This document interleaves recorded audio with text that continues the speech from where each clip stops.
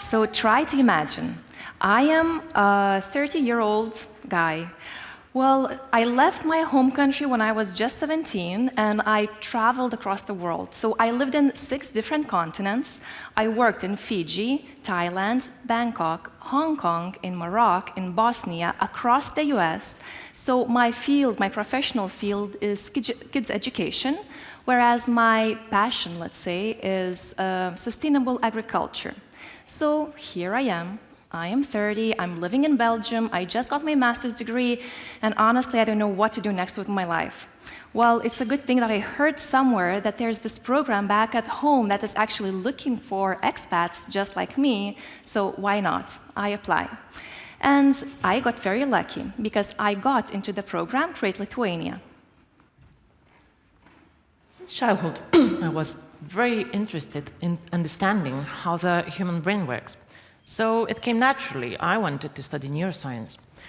But growing up in a really small town, Lithuania, I realized I will have to work extra hard to get to the best places where I can actually learn about it. And I did.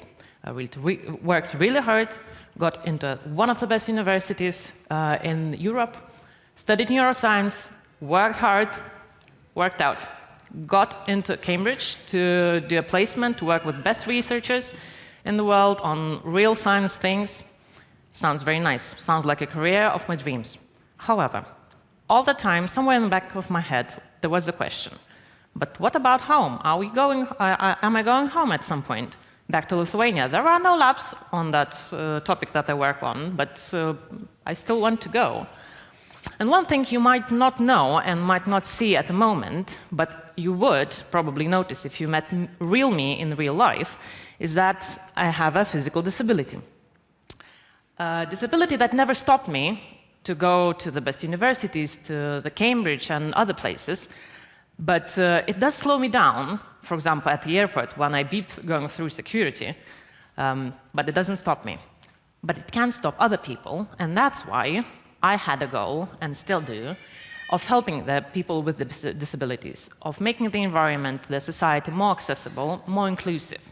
And that's when I thought, where should I start with that goal?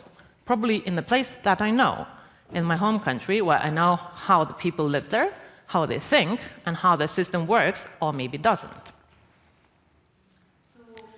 We have September, and we both meet back in Vilnius in this program, Create Lithuania. Personally, I am very impressed. I traveled the world, 6 continents, that's a lot, right? But actually, I have never, ever worked in such a multidisciplinary team. So here we have kids education, a neuroscientist, a linguist that speaks 6 languages. We have a social worker, a teacher, a forestry expert, environmental protection agent, and many others. This group is really very diverse. Second thing that I'm actually very happy about is that, well, this is my first job back in Lithuania, so honestly, I was a bit hesitant, and I really don't know how things work here.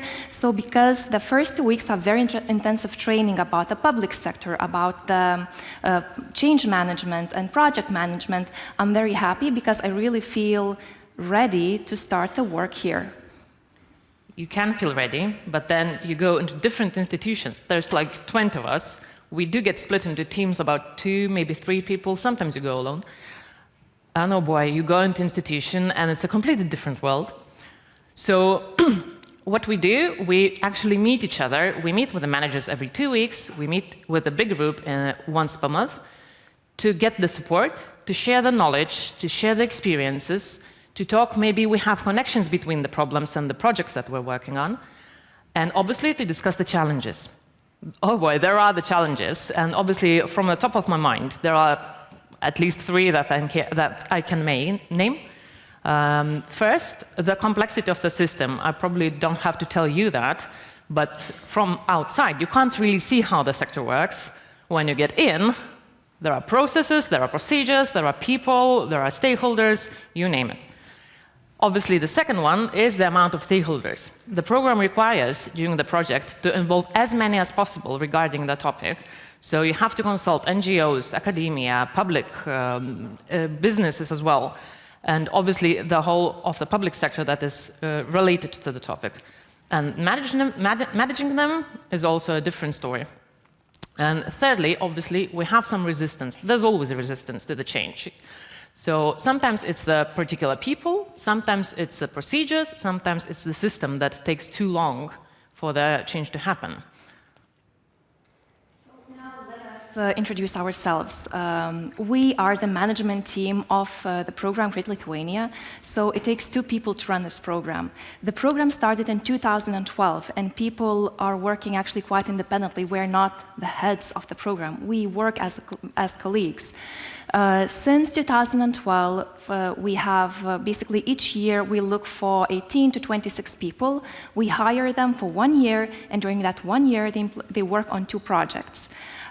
We already cooperate with more than 50 public sector institutions, the President's Office, the Prime Minister's Office, all of the ministries, and many agencies under the ministries. So basically, you can have a really exotic education or really exotic work experience, but we will still talk to you, and we will try to make this match between the institution and the interest that you might bring.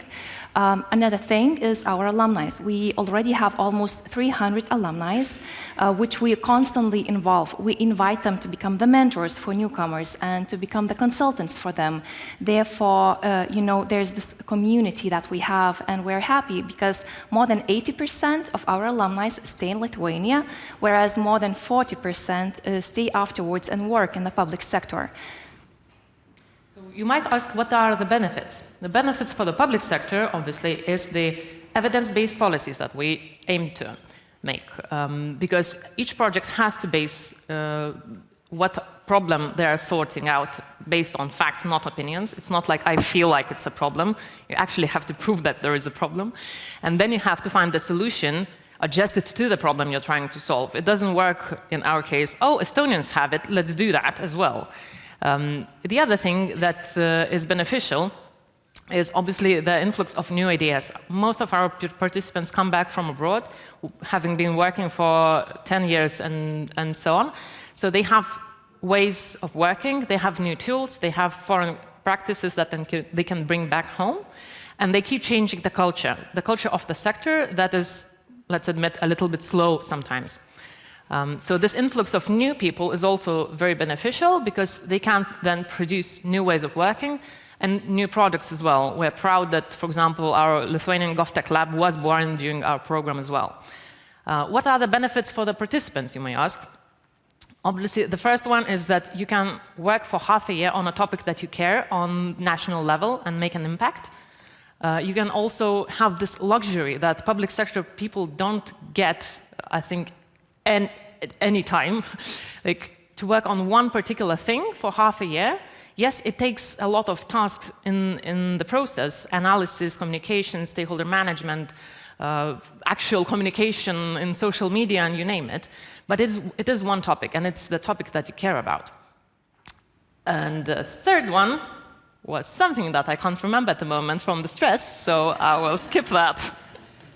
Maybe Yellow will help me out. But we can jump, it's the community, because we offer the community, yes. and that's also one of the benefits that they get, because some of them, they don't have any social ties in Lithuania, and therefore having this community really helps them, to reintegrate, let's say. And we can also discuss the benefits for the society. Well, there are several. First of all, it's, people coming back. Secondly, we have different projects that really touch the society and made an impact. For example, bottle deposit system. A long time ago, that was a project of ours. GovTech Lab that Monica mentioned, that was also once a project of ours. For example, we have one project that people noticed this really specific problem that kids cannot communicate about bullying in schools. They created an anonymous tool how they can report bullying, right?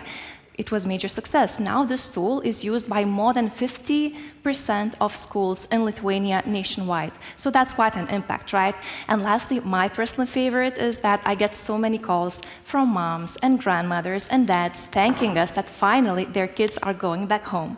So to end, we have 2 takeaways from this. If you want to attract very interesting and very bright people to public sector, actually you can do that. But think about soft landing, because when they understand what they're doing and why things are happening like that, they are more keen to stay. And the second thing is the community. If there's a community, most likely they will stay. So thank you so much.